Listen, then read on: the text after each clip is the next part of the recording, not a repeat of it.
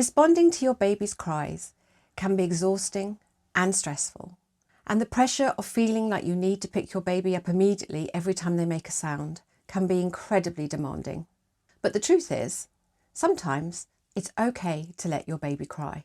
Today we're going to look at the essential things that you need to know about baby crying, to know when it's okay to let your baby cry and why doing so can actually be helpful and beneficial to their emotional development.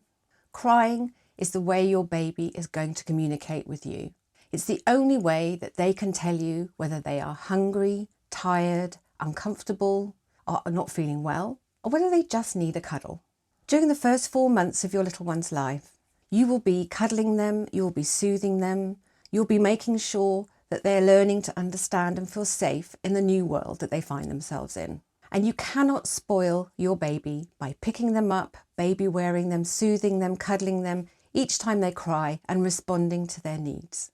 But by the time they are 4 to 6 months of age, there are occasions when you can actually let your baby cry or fuss for a short period of time and it won't do them any harm. So when is it okay to just let your baby cry? You might be thinking, do I just let them cry? Well, here's the thing. By the time they are 4 to 6 months of age, you will have learnt to interpret their cries correctly. You will know when they are hungry, tired, uncomfortable, or not feeling well, and you will respond appropriately.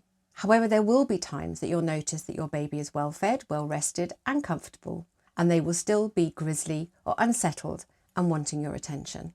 And these are the times when it is okay to let your baby fuss or cry for a short period of time.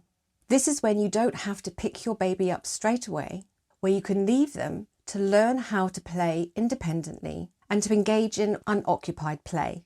And by doing so, you will be developing a habit that means that you will not have to pick your baby up every time they make a sound as they grow older. Now, it's very important here that you understand that I am not advocating that you leave your baby to scream. There's a big difference between fussing and full-blown crying. And I would never recommend that you let a baby become excessively upset, except on one occasion. And that is if you are becoming totally overwhelmed and angry and feel you can't cope.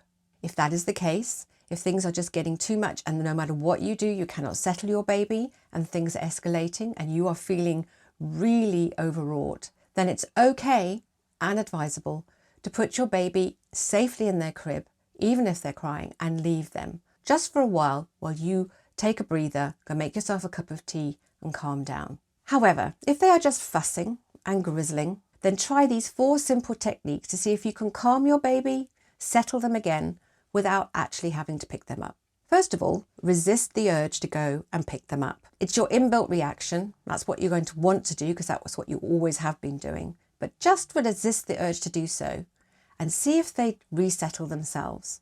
They might suddenly carry on playing quite happily, find something new to focus on without you having to have stepped in. Secondly, use your voice. So wherever they are, whether they're close by or whether they're at a slight distance, just talk to them, try and comfort them, tell them that you're nearby, sing them a song, but you don't actually have to pick them up. Try and settle them without the physical contact. If they're in a baby bouncy chair near you, you can just bounce it with your foot. You can walk around them, do whatever you can without having to pick them up, but use your voice as a comfort. Thirdly, you can offer them a toy or some other distraction. Just give them something to look at. Use wrist rattles, foot rattles, anything that means that they do not have to be picked up, but they have something to focus on. And the next thing that you can do is change their position. If they are lying in their crib, then you can put them in a baby bouncer, or you could put them under the play gym, or vice versa. Just change the position. It doesn't have to be on you, but you can move them to somewhere different, and just changing the position can often re-entertain them, re-engage them, and give them something new to focus on.